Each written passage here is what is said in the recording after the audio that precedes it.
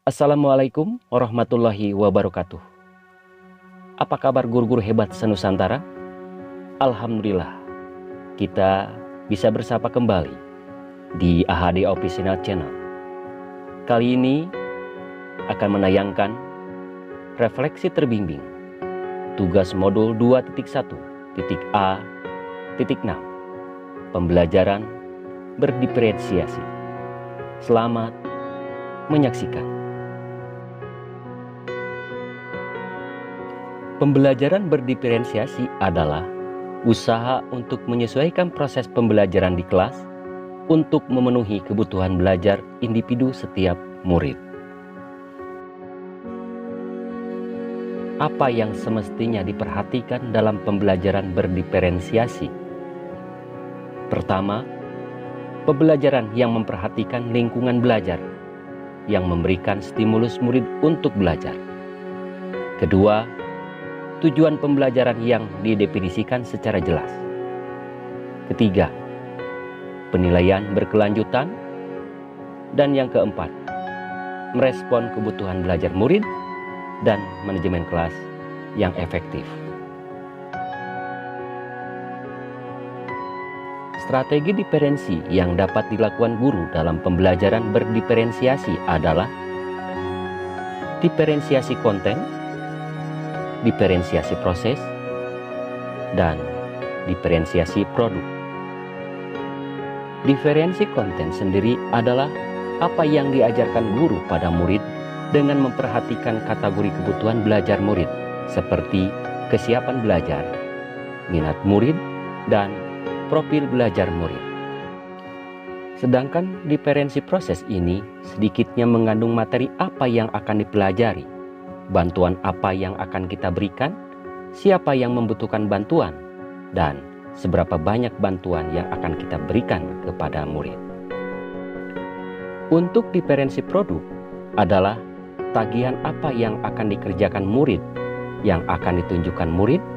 Produk itu harus ada wujudnya seperti presentasi, rekaman, diagram, karangan, tulisan, dan hasil tes.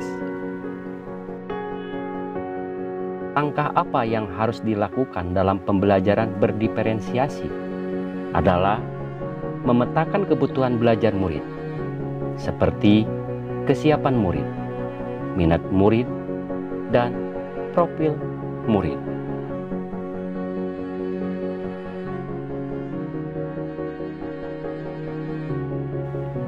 Berikut ini adalah refleksi pembelajaran berdiferensiasi modul 2.1.A.6.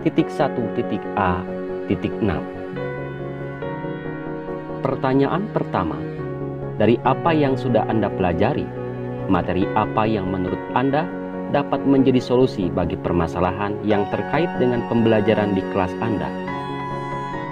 Refleksi saya adalah memvariasikan pembelajaran berdasarkan pada kebutuhan belajar peserta didik, yaitu minat belajar, kesiapan belajar, dan profil belajar.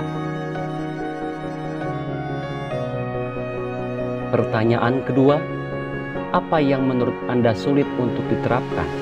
Mengapa menurut Anda hal tersebut sulit diterapkan? Menurut saya, yang sulit untuk diterapkan adalah melakukan pemetaan kebutuhan belajar setiap individu peserta didik.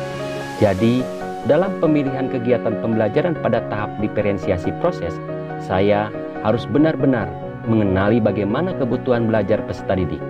Apalagi untuk saya, guru SMP yang memiliki jumlah 32 orang di masing-masing kelas, dan saya mengajar di 5 rombel pada mata pelajaran bahasa Indonesia. Saya harus benar-benar menyediakan strategi pembelajaran yang bervariasi berdasarkan kebutuhan belajar peserta didik, yaitu minat, kesiapan, dan profil belajar peserta didik. Bahan ajar pun yang dipersiapkan tentunya harus memenuhi dari kebutuhan belajar peserta didik tersebut, sehingga pembelajaran diferensiasi dapat tercapai secara optimal. Pertanyaan ketiga, jika Anda harus menerapkan hal yang sulit tersebut, dukungan apa yang Anda perlukan? Kemana atau bagaimana Anda akan dapat mengakses dukungan tersebut?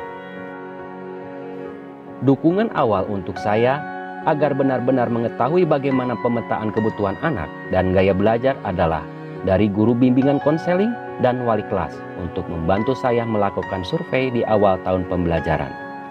Setidaknya saya tidak sendiri, ada guru lain yang saya ajak bertukar pemikiran untuk mengetahui bagaimana profil awal peserta didik.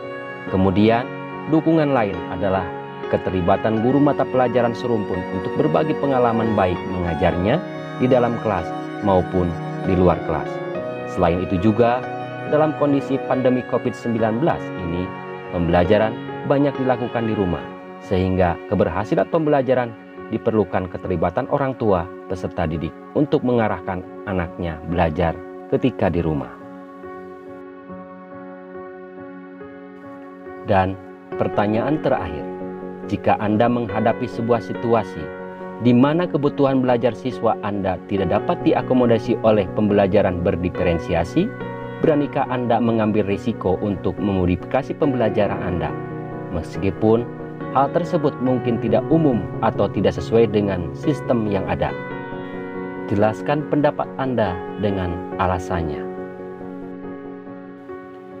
Guru adalah orang yang paling mengetahui tentang situasi kelasnya. Guru berhak mengambil keputusan dengan mempertimbangkan kemerdekaan belajar peserta didik, dengan tetap mempertimbangkan tujuan pembelajaran. Dalam mengambil keputusan tersebut, yang harus diperhatikan adalah bagaimana kebutuhan belajar peserta didik dapat terpenuhi agar terjadi pengalaman belajar peserta didik dan sebagai bekal dalam meraih cita-cita dan kebahagiaan peserta didik. Dengan catatan, setelah pembelajaran berakhir, dilakukan refleksi dari modifikasi pembelajaran tersebut dan dilaporkan bersama guru lain untuk kemudian diadakan perbaikan pada kelemahan dan penguatan pada kebaikan yang telah didapatkan. Demikianlah refleksi terbimbing tugas modul 2.1.A.6 pembelajaran berdiferensiasi. Peserta didik tidak membutuhkan guru yang sempurna. Peserta didik membutuhkan seorang guru yang bahagia. Siapa yang akan membuat mereka bersemangat untuk datang ke sekolah dan menumbuhkan kecintaan untuk belajar? Tentunya berawal dari pribadi seorang guru. Sekian, salam bahagia. Wassalamualaikum warahmatullahi wabarakatuh.